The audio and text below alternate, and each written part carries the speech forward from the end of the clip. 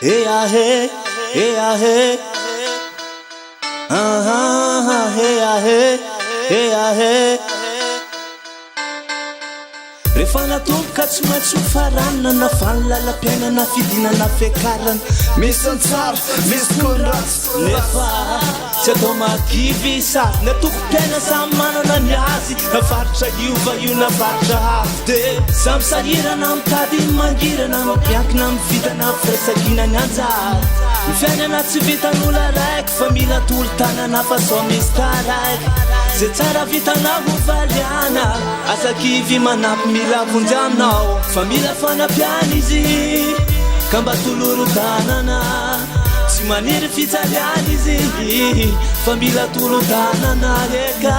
Zay kely misy atarako afoko tsy manafa omeko anao, sy anavana madiona fotsy fa rehefa efa gasy anao. Zay kely misy atarako afoko tsy manafa omeko anao, sy anavana madiona fotsy fa rehefa efa gasy anao. soa manavohao tsy azo tondrotokana mba ho tafatsy misavaritra ary orana. Tsara nitsotra mavita tegna reriky, tsy vorivory ao mankany nefa mandrendriky. Mafy miady reriky sady maigny reriky, taotrano tsy vita ko tsy maritreriky.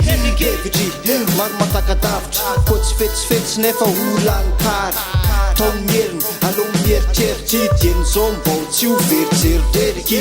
Tsy fanenjiky lava vevery mandinia hely mifanolon-tagnany hevitry.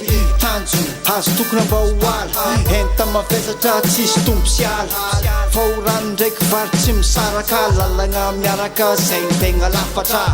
Zay kely misy atarako afoko tsy manafa omeko anao, sy anavana madiona fotsy fa rehefa efa gasy anao.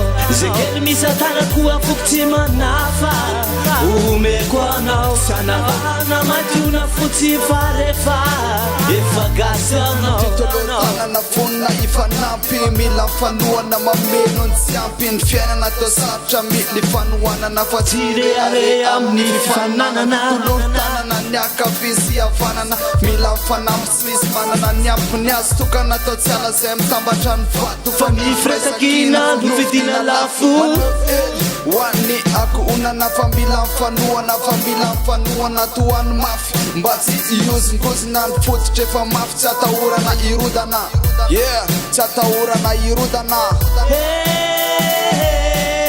Gaza fenina mitsikina alahelo fa zarazara tsy ambara te. Zay kely misy atarako afoko tsy manafa omeko anao, sy anavana madiona fotsy fa rehefa efa gasy anao. Zay kely misy atarako afoko tsy manafa omeko anao, sy anavana madiona fotsy fa rehefa efa gasy anao.